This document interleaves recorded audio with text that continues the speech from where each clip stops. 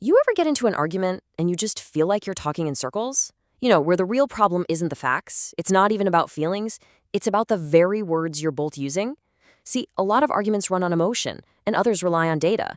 But the strongest, sharpest arguments, they often start with one simple, powerful thing, the real meaning of a word. This is exactly where so many debates just go off the rails. We hear these big, important words all the time, right? Words like democracy, justice, freedom, but they get stretched and twisted and misused so much that they start to feel, well, kind of meaningless. So how do we get back to the core of what they mean and cut through all that noise? Just take a second and think about that. I mean, we've all felt that, haven't we? You see a situation, or a law, or some big decision that checks all the boxes, it follows all the official rules, but deep down, something about it just feels fundamentally wrong. That exact tension, that little itch in your brain, that's where a real argument is born. And the best way to get at that feeling of injustice isn't to just shout louder. No, it's to take a step back and ask a really simple but powerful question. What do we actually mean by these words we're using? The real starting point for getting any clarity is definition. Okay, so this brings us to a really powerful tool for thinking. It's called the argument by definition.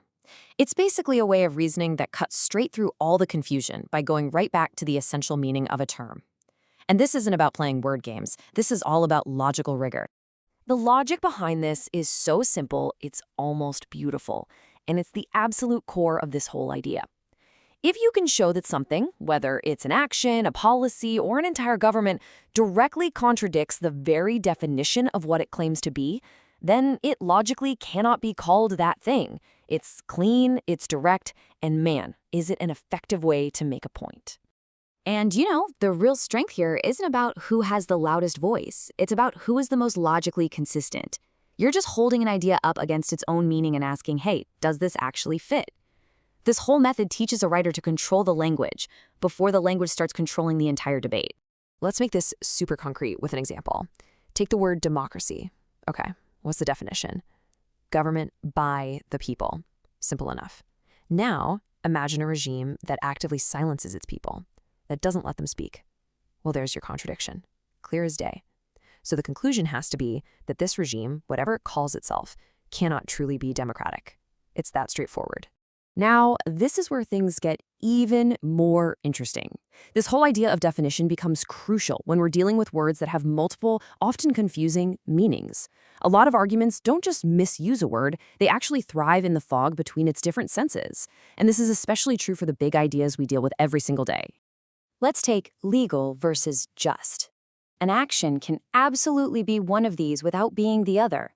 Legal just means it follows the formal rules, the procedures. But just, that appeals to a much higher standard, right?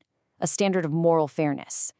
So you could have a law that's passed through all the correct channels, totally legal. But if it results in something awful, you'd have to seriously question if it's truly just. So the huge takeaway here is this: they're not the same thing. And being able to make that distinction, to define your terms, to pull their meanings apart, and to demand that kind of precision, that is the discipline of a serious argument. It's about asking, okay, hang on. In what sense exactly are you using that word? And all of this connects right back to the practical skill of writing.